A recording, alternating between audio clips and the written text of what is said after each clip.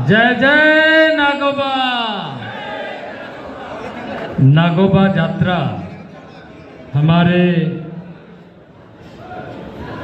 तेलंगाना राष्ट्र के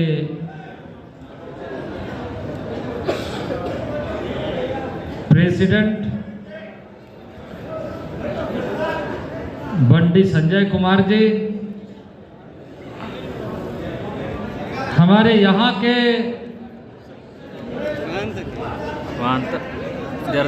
लोकप्रिय पॉपुलर लीडर और सांसद श्री स्वयं बापू राव, सांसद आदिलाबाद, और मेषराम समुदाय के सभी प्रबुद्धजन,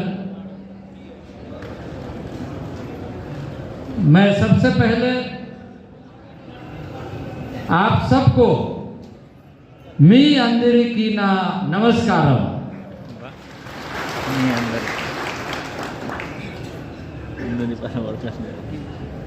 आज नागोबा यात्रा में मंदिर में पूजा करने का, दर्शन करने का अवसर मिला और आपके साथ मिलने का मौका मिला। यह हमारे लिए बहुत खुशी की बात है, गौरव की बात है। मैं आप सबका हार्दिक आभार व्यक्त करता हूं। मैं नागोबा को अपना शीश झुकाकर प्रणाम करता हूं और आप सबका अभिनंदन करता हूं।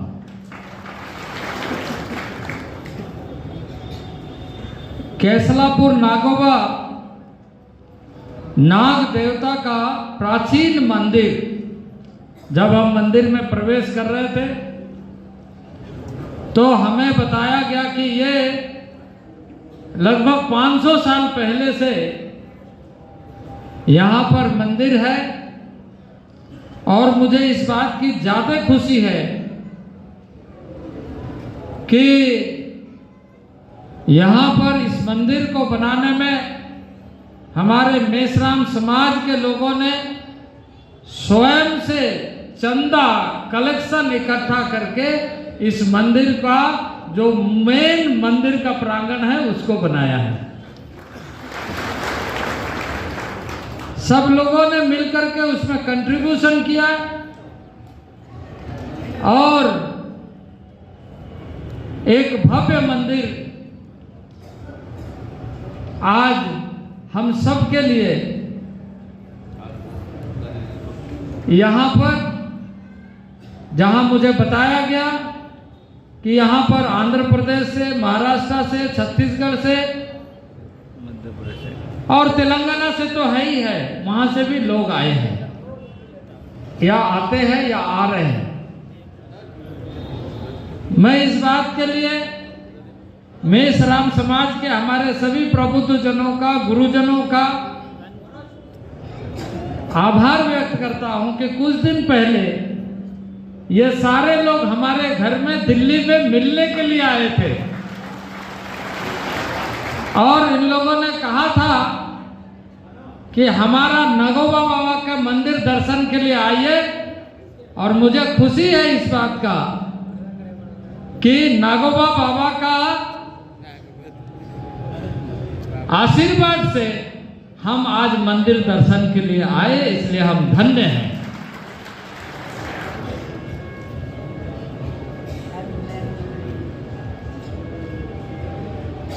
इस देश में 10.5 करोड़ आदिवासी रहते हैं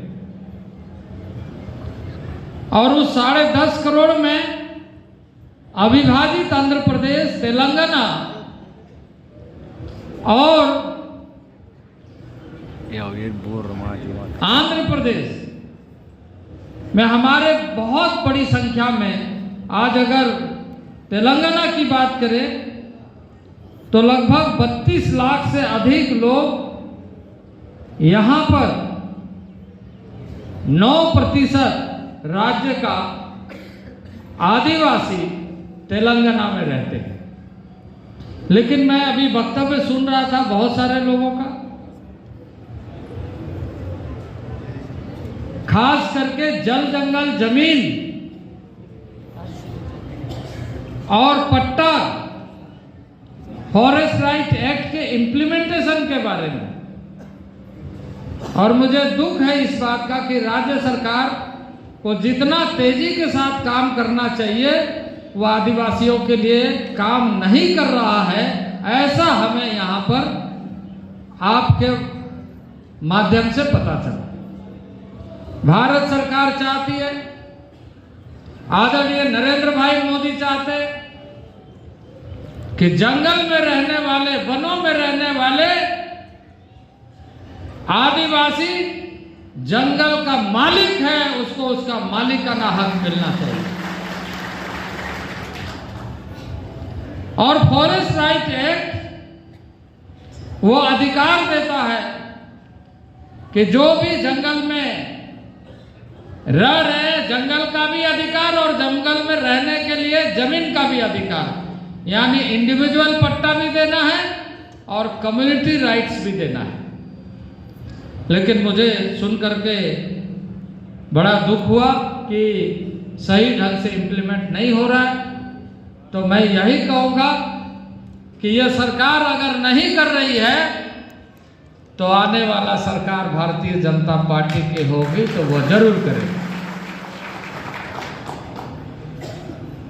और मैं इस सरकार से भी कहूँगा,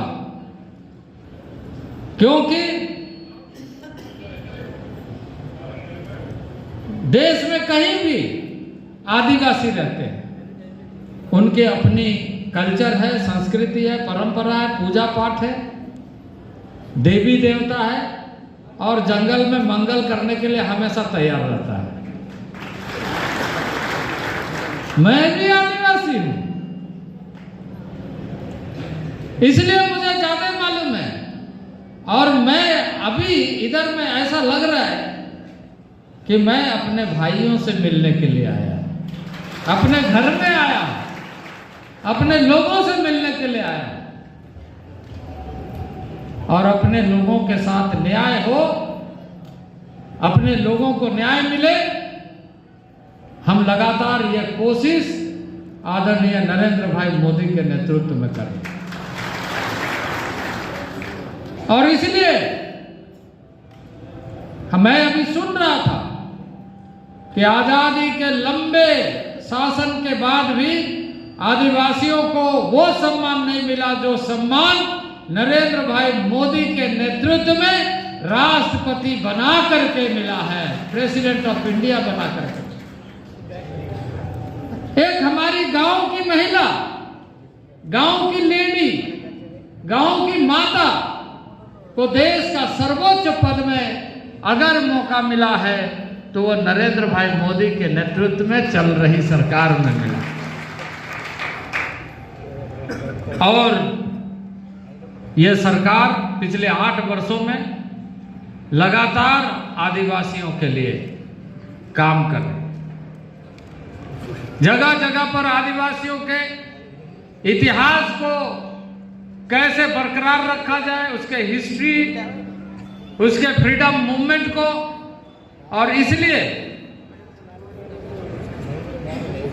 हर राज्य में भारत सरकार के माध्यम से, हमारे मिनिस्ट्री के माध्यम से हमने कहा है, देश के प्रधानमंत्री ने घोषणा किया है कि हर राज्य में आदिवासियों का इतिहास को बनाए रखने के लिए, दिखाने के लिए, दुनिया को पता चले, इसके लिए ट्राइबल म्यूजियम बनाने का फैसला भारत सरकार ने किया।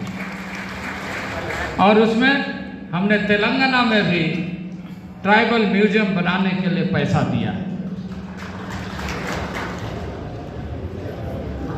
और इसलिए भारत सरकार जहां ट्राइबल की हिस्ट्री को, ट्राइबल के कल्चर को, ट्राइबल के लाइफ को, क्योंकि आदिवासी समाज खुद पे भरोसा करके जीता है, दूसरे पे भरोसा करके नहीं जीता है, खुद पे भरोसा करता है, इसलिए तो जंगल में रहना पसंद करता है।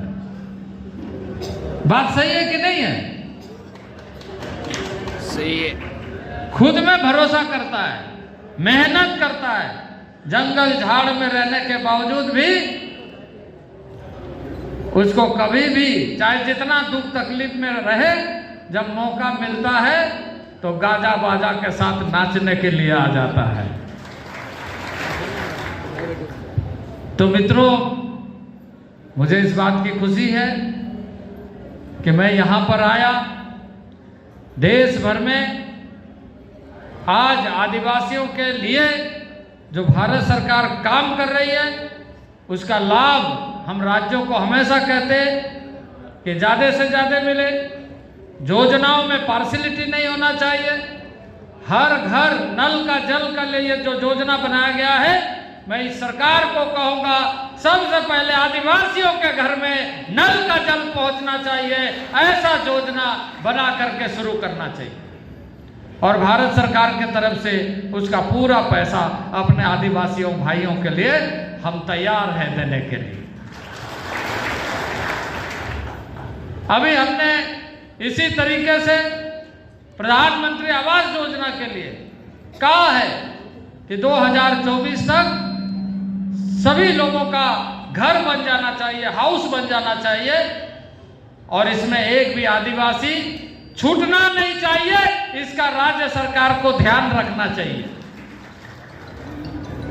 प्रधानमंत्री गरीब कल्याण योजना के माध्यम से राशन देने का काम आदरणीय प्रधानमंत्री नरेंद्र भाई मोदी ने प्रारंभ किया, और इसलिए सभी दुनिया के लोग कह रहे हैं कि किस तरीके से भारत गरीब कल्याण योजना को प्रारंभ करके कोविड से लड़ाई लड़ करके देश को बचाने का काम किया।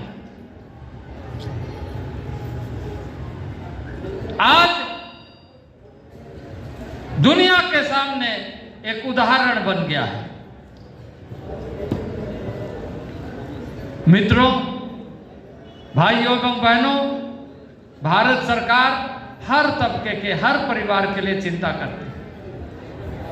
गैस का सिलेंडर से लेकर, शौचालय से लेकर, प्रधानमंत्री आवास से लेकर, नल का जल से लेकर सारी सुविधाएं गरीब का घर में पहुंचना चाहिए। यह भारत सरकार का उद्देश्य है। एक देश एक राशन कार्ड के माध्यम से कहीं भी रहने वाले आदिवासी को राशन मिले, इसका व्यवस्था इस देश में किया गया है। इसी के साथ साथ मैं आपसे कहना चाहता हूं कि प्रधानमंत्री लगातार हमारी शिक्षा के लिए, हमारे स्वास्थ्य के लिए चिंता करते हैं।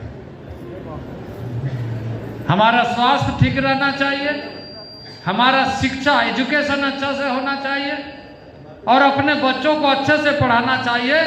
हमने इस देश में 740 से अधिक एकलव्य मॉडल स्कूल बनाने के लिए स्वीकृति दिया है। 30,000 करोड़ रुपया का स्वीकृति दिया,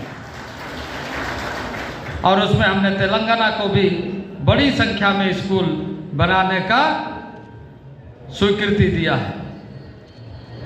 मित्रों, यह हमारा आस्था, विश्वास, धर्म का केंद्र है।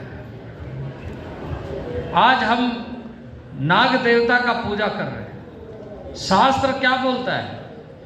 शास्त्र बोलता है कि इस पृथ्वी को ढोने वाला, इस पृथ्वी को अपने सर पे रखने वाला कौन है?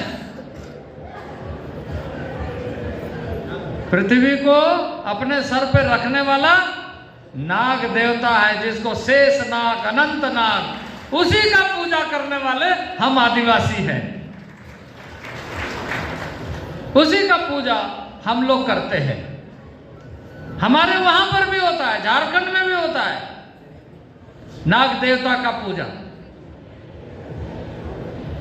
देश में लगभग सभी जगहों में होता है, लेकिन मुझे इस बात का खुशी है कि यहाँ इतना बड़ी संख्या में, इतने बड़े रूप में इस तरह का पूजा